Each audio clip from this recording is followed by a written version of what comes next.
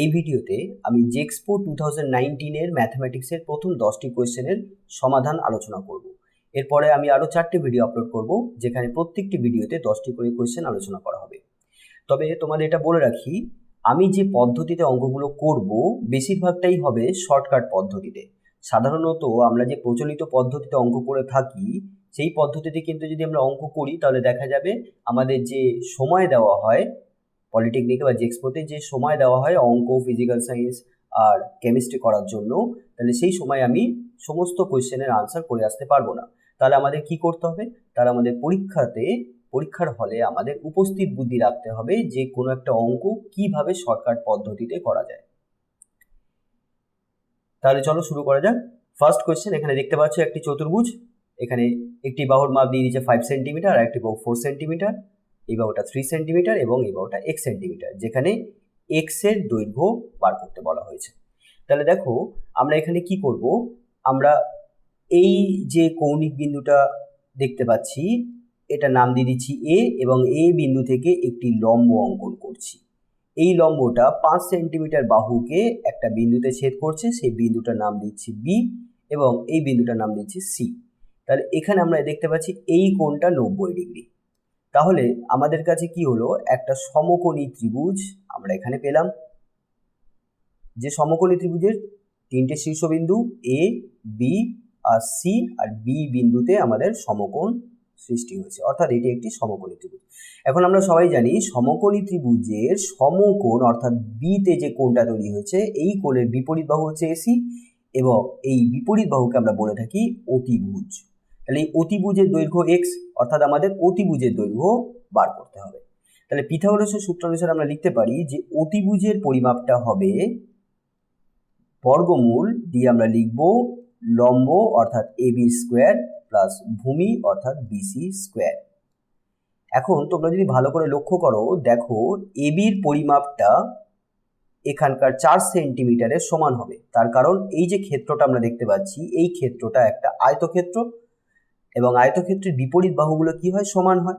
তাহলে এই বাহুটার সাথে এখানকার এই বাহুটা বিপরীত বাহু, তাহলে তাদের দৈর্ঘ্য পরস্পর সমান হবে। তাহলে ab এর পরিমাপটা 4, তাহলে 4 স্কোয়ার হবে। আর bc, দেখো bc এর পরিমাপটা আমরা কি করে পাবো? এখানে আমরা দেখতে পাচ্ছি এই বাহুটা 3 সেন্টিমিটার, তাহলে বিপরীতের এই বাহুটা বলতে এইখান থেকে এতটা পরিমাপ কত হবে? 3 সেন্টিমিটার হবে। এখন এটা যদি 3 সেন্টিমিটার হয়, টোটালটা তো আমরা জানি 5 সেন্টিমিটার, তার মধ্যে এই অংশটুকুনি 3 সেন্টিমিটার, তাহলে বাকি যেটা পড়ে থাকলো সেটা কত হবে? 2 সেন্টিমিটার হবে। তাহলে এখানে আমরা লিখতে পারি বিসির মাপটা কত? 2 সেন্টিমিটার, অর্থাৎ আমরা এখানে বসাবো 2 স্কোয়ার। তাহলে কত হলো? 4 স্কোয়ার মানে 16, 2 স্কোয়ার মানে 4, অর্থাৎ 16 হচ্ছে 20। এখন 20কে যদি আমরা বর্গমূল করি আমরা এইভাবে লিখব 4 × 5, তাহলে 4-এর বর্গমূল কত হয়? 2, তাহলে 2√5। তাহলে এককগুলো এখানে কি দেখতে পাচ্ছি, সেন্টিমিটার আছে, তাহলে আমরা সেন্টিমিটার লিখব, অর্থাৎ আমাদের আনসার আসবে ডি, 2.2√5 সেন্টিমিটার। এরপর নেক্সট কোয়েশ্চেন,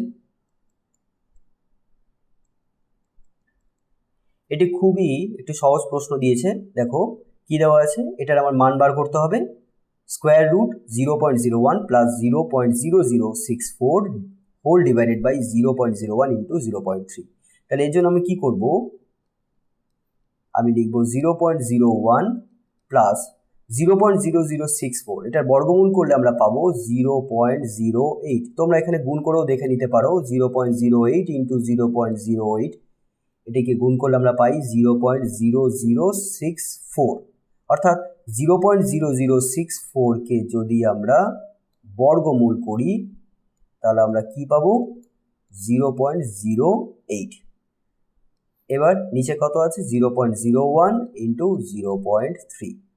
এবার আমরা যোগ করব 0.01 এর সাথে 0.08 যদি আমরা যোগ করি তাহলে আমরা পাবো 0.09, তাহলে 0.09 এর বর্গমূল ডিভাইডেড বাই 0.01 ইন্টু 0.3। আবার একইভাবে 0.09 এর যদি আমরা বর্গমূল করি তাহলে আমরা পাবো 0.3, এখানে পয়েন্টের পর 2 ঘর দেখতে পাচ্ছ, তাই এখানে যখন বর্গমূল করব পয়েন্টের পর একটা ঘর হবে এবং 9 এর বর্গমূল কত হয় 3, তাই 0.09 এর বর্গমূল আসবে 0.3, তাহলে 0.3 ডিভাইডেড বাই 0.01 ইন্টু 0.3, 0.3 ক্যান্সেল হয়ে গেল, তাহলে থাকছে কত 1/0.01। এবার আমি যদি দশমিকটা তুলে দিই তাহলে কত হবে, উপরে আসবে 100, কারণ দশমিকের পরে এখানে কটা ঘর আছে, দুটো ঘর আছে, তাই একের পরে দুটো শূন্য দেবো, ডিভাইডেড বাই 1 অর্থাৎ 100। তাহলে এখানে কোন অপশনটা হচ্ছে সি, তাহলে সি অপশনটা কারেক্ট 100। এরপর থার্ড কোয়েশ্চেন আমরা দেখতে পাচ্ছি কে সাইন আলফার মান কত দিয়েছে √3 আর কে কস আলফার মান দিয়েছে 1, যেখানে কে এর মানটা 0 থেকে বড় হবে এবং এ হচ্ছে এখানে একটি কোণ, যে কোণটি 0 ডিগ্রি বা 0 ডিগ্রি থেকে বড় এবং 90 ডিগ্রি বা 90 ডিগ্রি থেকে ছোট হবে, যেখানে কে আর এর মান আমাদের বার করতে হবে। দেখো আমরা কি করব, এখানে কে সাইন আলফা আর কে কস আলফা, আলফা বলবো না এ বলবো, কে কস এ, এই দুটো রাশিকে আমরা ভাগ করে দেবো। এখন কে সাইন আলফার মান কত √3, তাহলে √3 লিখবো, ডিভাইডেড বাই কে কস আলফার মান কত 1, ডিভাইডেড বাই 1 লিখবো। কে আর কে ক্যান্সেল হয়ে গেল, তাহলে আমরা কি পেয়ে যাচ্ছি সাইন এ বাই কস এ, আমরা জানি সবাই সাইন এ কে কস এ দিয়ে ভাগ করলে আমরা পাবো ট্যান এ ইকুয়ালস টু √3, কারণ আমরা জানি sine theta by cos theta equals to tan theta। এখন tan A equals to আমরা লিখব tan 60 ডিগ্রি। কেন লিখব, কারণ tan 60 ডিগ্রির মান হয় √3, তাহলে এখান থেকে আমরা পেয়ে যাচ্ছি A কত 60 ডিগ্রি। আমরা যদি দুদিকে তুলনা করি তাহলে আমরা বলতে পারি A equals to 60 ডিগ্রি। এবার দেখো এখানে এর মান 60, এখানে এটা দিয়েছে আর এটা দিয়েছে, তার মানে হচ্ছে আমার বি অপশনটা তো হবেই না, ডি অপশনটাও হবে না, তাহলে আমার আনসার হয় এ হবে, না হলে সি হবে। এবার আমাদের কে এর মানটা বার করতে হবে। এবার কে এর মান বার করার জন্য আমরা কি করব, কে সাইন আলফা যে কোনো একটা সমীকরণ নিয়ে নেব, সাইন এ ইকুয়ালস টু √3 অথবা কে কস এ ইকুয়ালস টু 1, আমরা এটাও নিতে পারি। তো আমি কে সাইন এ ইকুয়ালস টু √3 নিলাম, এরপরে আমরা সাইন এর জায়গায় আমরা 60 ডিগ্রি বসিয়ে দিই, তাহলে আমরা কি পাচ্ছি কে ইন্টু সাইন 60 ডিগ্রির মান হয় √3/2 ইকুয়ালস টু √3। নেক্সট আমরা দেখতে পাচ্ছি এখানে √3 আর √3 ক্যান্সেল হয়ে গেল, তাহলে কে ইন্টু হাফ ইকুয়ালস টু 1, এখান থেকে পাচ্ছি কে ইকুয়ালস টু 2, অর্থাৎ কে এর মান 2 আর এর মান 60 ডিগ্রি, অর্থাৎ ফার্স্ট অপশনটা কারেক্ট হবে। 4 নম্বর প্রশ্ন বলা হচ্ছে রাম ও শ্যামের বয়সের পার্থক্য 16 বছর। 6 বছর আগে শ্যামের বয়স রামের বয়সের 3 গুণ ছিল, তাদের বর্তমান বয়স কত। এখানে কিন্তু আমরা প্রচলিত পদ্ধতিতে অঙ্কটা করব না, এখানে আমরা শর্টকাট পদ্ধতিতে করব। দেখো বলে দিয়েছে রাম আর শ্যামের বয়সের পার্থক্য 16 বছর, তাহলে অবশ্যই দুজনের বয়সের পার্থক্য 16 হবে। এখন 30 থেকে 14 যদি আমরা বাদ দিই তাহলে দুজনের বয়সের পার্থক্য পেয়ে যাব, তাহলে 30 থেকে 14 বাদ দিলে আমরা কত পাচ্ছি 16, তাহলে এটা উত্তর হতে পারে আপাতত। এবার 28 বছর আর 12 বছর এই দুটো বয়সের পার্থক্য কত হচ্ছে, 28 থেকে তখন আমরা 12 বাদ দিই তাহলে কত পাচ্ছি 16, তাহলে বিটাও উত্তর হতে পারে। 34 বছর থেকে 16 বছর যদি বাদ দিই তাহলে আমরা কত পাচ্ছি 18, তাহলে এটা উত্তর হবে না, কারণ দুজনের বয়সের পার্থক্য কত 16 দেওয়া আছে। 18 বছর আর 38 বছরের যে বয়স আছে তার বয়সের পার্থক্য কত হচ্ছে 20 বছর, তাই এটা আমার উত্তর হবে না, তাহলে উত্তর এ অথবা বি এর মধ্যে হবে। এবার কোনটা হবে, তার জন্য আমাদের এখানে দ্বিতীয় যে লাইনটা অঙ্কতে দিয়েছে সেটা পড়তে হবে ভালো করে। দেখো বলছে রামের বয়স রামের যে বয়সের 3 গুণ ছিল শ্যামের বয়স, কখন 6 বছর আগে, তাহলে এখন আমি ধরে নিই এটা আমাদের কাছে উত্তর ধরে নিই, তাহলে এই উত্তরটা যে হবে তার জন্য আমাকে দেখতে হবে এখানে যে শর্তটা দিয়েছে এই শর্তটা এটা সিদ্ধ করছে কিনা। এর অর্থ হলো 6 বছর আগে, এটা হচ্ছে বর্তমান বয়স, তাহলে 6 বছর আগে রামের বয়স 6 বছর কম হবে, তাহলে 14 থেকে 6 বাদ দেবো, কত হচ্ছে 8 বছর। একইভাবে শ্যামের বয়স যদি বর্তমান বয়স 30 বছর হয়, তাহলে 6 বছর আগে শ্যামের বয়স কত ছিল, 24 বছর। এবার তোমরা লক্ষ্য করতে পারছো 8 বছরের 3 গুণ তো 24 বছর হয়, কারণ 8 × 3 24, অর্থাৎ রামের বয়সের 3 গুণ হচ্ছে শ্যামের বয়স, কখন, 6 বছর আগে। সুতরাং এই শর্তটা কিন্তু অঙ্কটার যে শর্তগুলো দিয়েছে সেই শর্তগুলোকে সিদ্ধ করছে, তাই আমরা বলতে পারি এই উত্তরটাই সঠিক হবে। তারপর আমাদের বি অপশানটাকে কিন্তু চেক করার কোনো দরকার নেই, কারণ এ অপশানটাতে আমরা দেখলাম যে দুটো শর্তই সিদ্ধ হচ্ছে, যে দুজনের বয়সের পার্থক্য 16 বছর এবং 6 বছর আগে রামের বয়সের 3 গুণ ছিল শ্যামের বয়স, তাই অপশান এ কারেক্ট হবে। এরপর কোশ্চেন 5, এটি একটি সিঁড়ি ভাঙা অঙ্ক দিয়ে দিয়েছে। দেখো আমরা এটিকে এইভাবে করব, 1 + 1 + 1 1 - 2/3। এখন 1 - 2/3 কে আমরা যদি ধরে নিই x, তাহলে অঙ্কটা কি দাঁড়াচ্ছে, 1 + 1 1 + 1/x, এবং 1 + 1/x কে যদি আমরা y ধরে নিই, তাহলে অঙ্কটা কি দাঁড়াচ্ছে, 1 + 1/y, এবং 1 + 1/y কে যদি আমরা z ধরে নিই, তাহলে কি হচ্ছে, আমাদের এই রাশিটার মান কার সমান, z এর সমান। এবার আমরা একটা একটা করে বার করব। সবার প্রথমে x বার করব।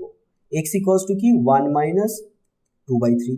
দেখো 1 থেকে 2/3 বাদ দেওয়ার অর্থ হলো লসাগু করো 3 হচ্ছে, তাহলে 3 × 3 - 2 অর্থাৎ 1/3। তাহলে x এর মান আসছে 1/3। তাহলে 1/x কত হবে, 1/x মানে x এর উল্টোটা অর্থাৎ অনন্যক, তাহলে এখানে 1/3 এর অনন্যক কত হবে, 3। তাহলে 1/x এর মান হচ্ছে 3। এখানে 1/x কেন বার করলাম এরপরে বুঝতে পারবে তোমরা। দেখো y কি আছে, y = আছে 1 + 1/x, এই কারণেই আমরা এখানে দেখতে পাচ্ছি এখানে 1/x আছে, এই জন্য আমরা 1/x বার করলাম।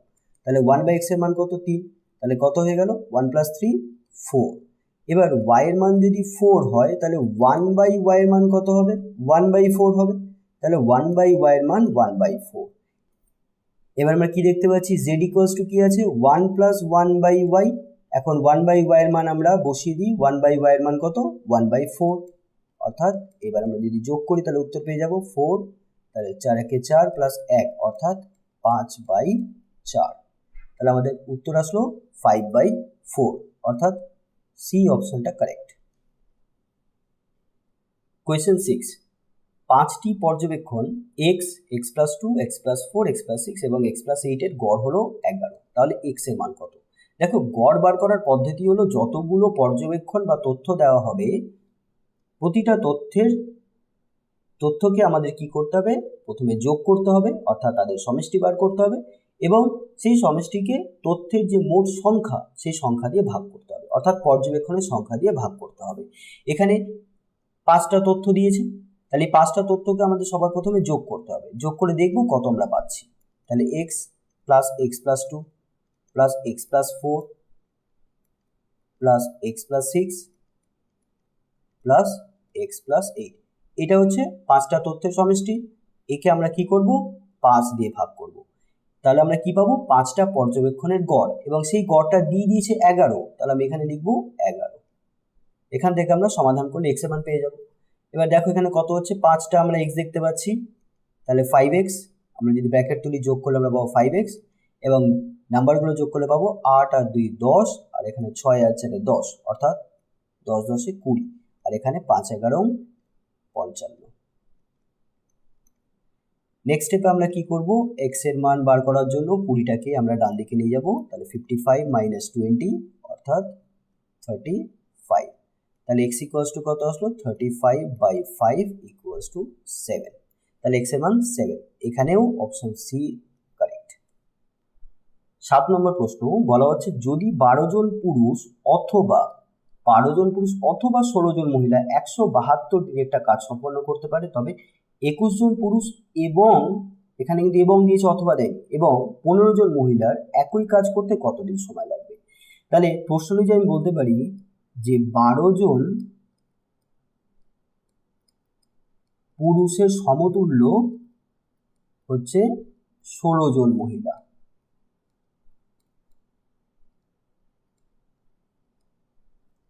তাহলে একজন পুরুষ কতজন মহিলার সমতুল্য? 16/12 জন মহিলার সমতুল্য। অর্থাৎ কাটাকুটি করলে আমরা পাচ্ছি 4 4 16, 4 3 12, অর্থাৎ একজন পুরুষ 4/3 জন মহিলার সমতুল্য। তাহলে 21 জন পুরুষ, কেন 21 জন? কারণ এখানে 21 জন পুরুষের কথা বলা হয়েছে। 21 জন পুরুষ তাহলে কতজন মহিলার সমান?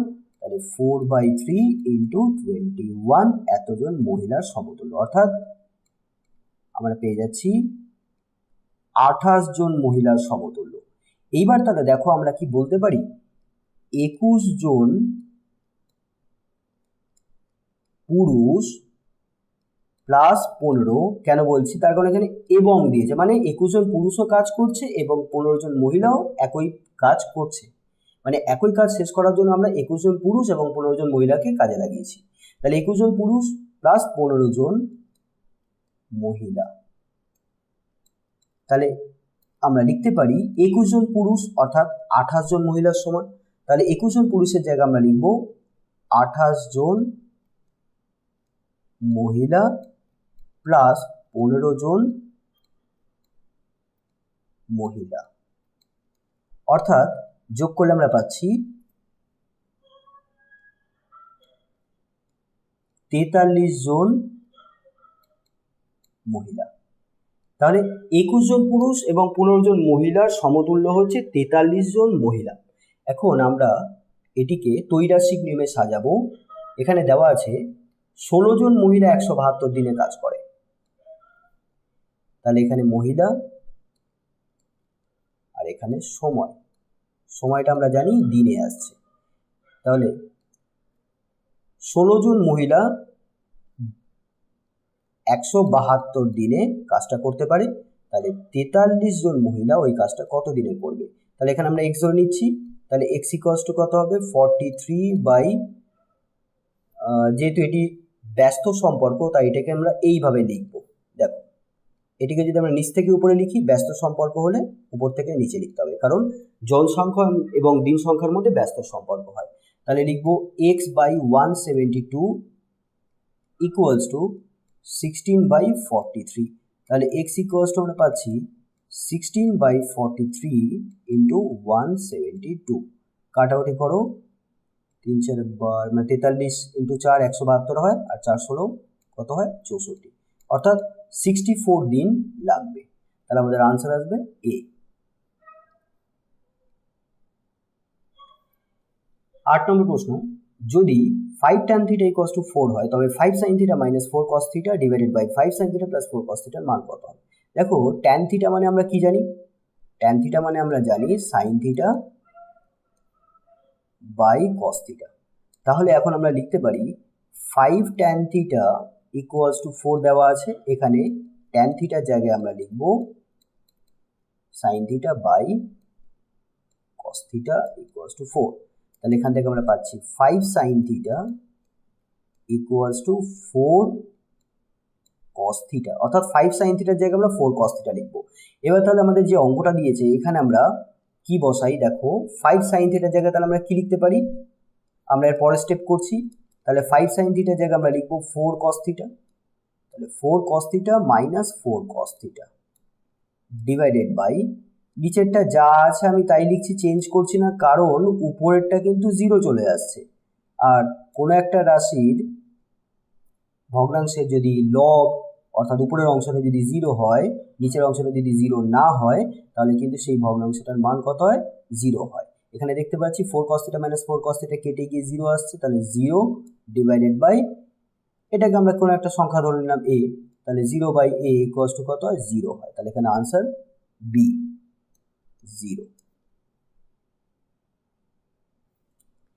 একটি বৃত্তের 30 সেন্টিমিটার দীর্ঘ একটি জ্যা কেন্দ্র থেকে 8 সেন্টিমিটার দূরে অবস্থিত। বৃত্তটির ব্যাসার্ধের পরিমাপ কত? দেখো, এটা যদি কোনো বৃত্ত হয় তাহলে এই বৃত্তের 30 সেন্টিমিটার দীর্ঘ একটা জ্যা, ধরে নাও এটা হচ্ছে জ্যা AB, যার দৈর্ঘ্য 30 সেন্টিমিটার।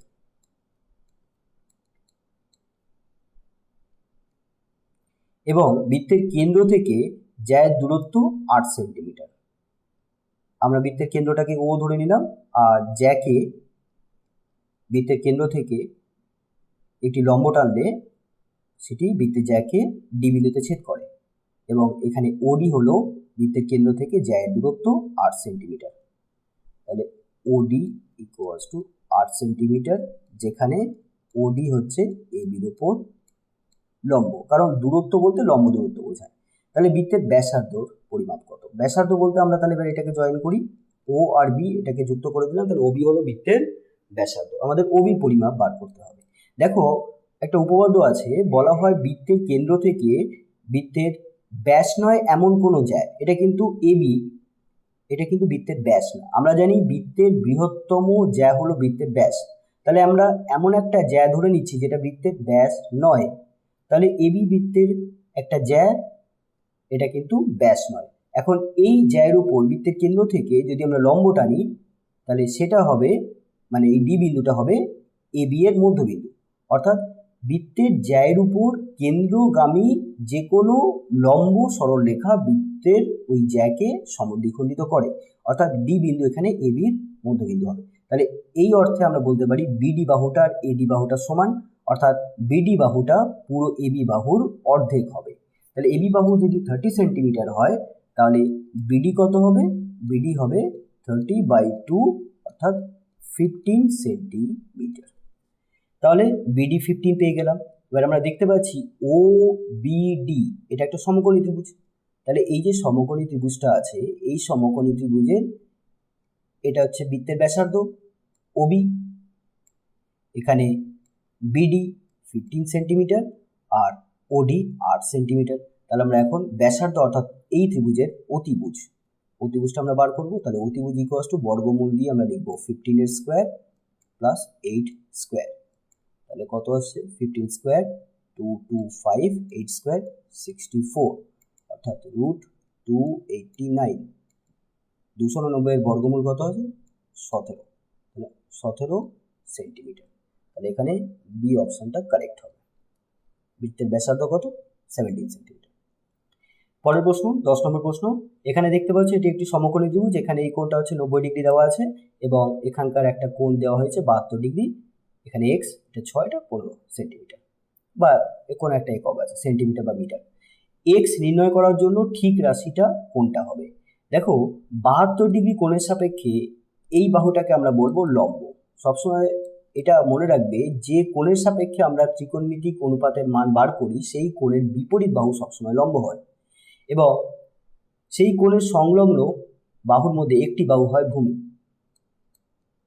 আর সমকোণী ত্রিভুজের সমকোণের বিপরীত বাহু সবসময় অতিভুজ হয়। তাহলে অতিভুজ সবসময় কিন্তু স্থির, এটা ফিক্সড, এটা চেঞ্জ হয় না, অতিভুজ। তাহলে আমরা লম্ব পেয়ে গেলাম, ভূমি পেয়ে গেলাম, অতিভুজ পেয়ে গেলাম।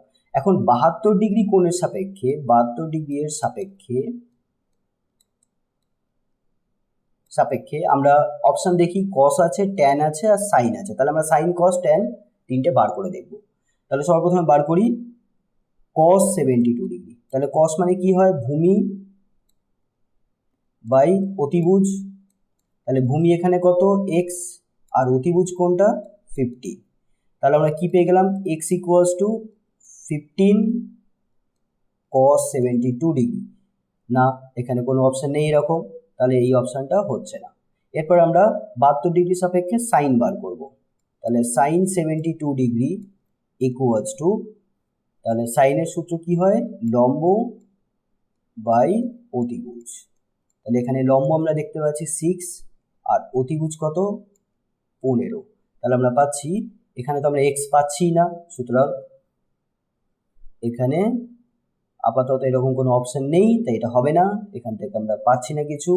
এবার আমরা ট্যানের দিকে যাচ্ছি। আচ্ছা, আরেকটা ব্যাপার আছে, এখানে আবার 18 ডিগ্রি দেখতে পাচ্ছি। ঠিক আছে, আমরা এই 18 ডিগ্রিটাও দিয়ে আমরা ক্যালকুলেশন করবো। 18 ডিগ্রি বলতে কি হয়? দেখো, এটা যদি 72 ডিগ্রি হয়, তাহলে এখানকার এই কোণটা হবে কিন্তু 18 ডিগ্রি। কেন হবে?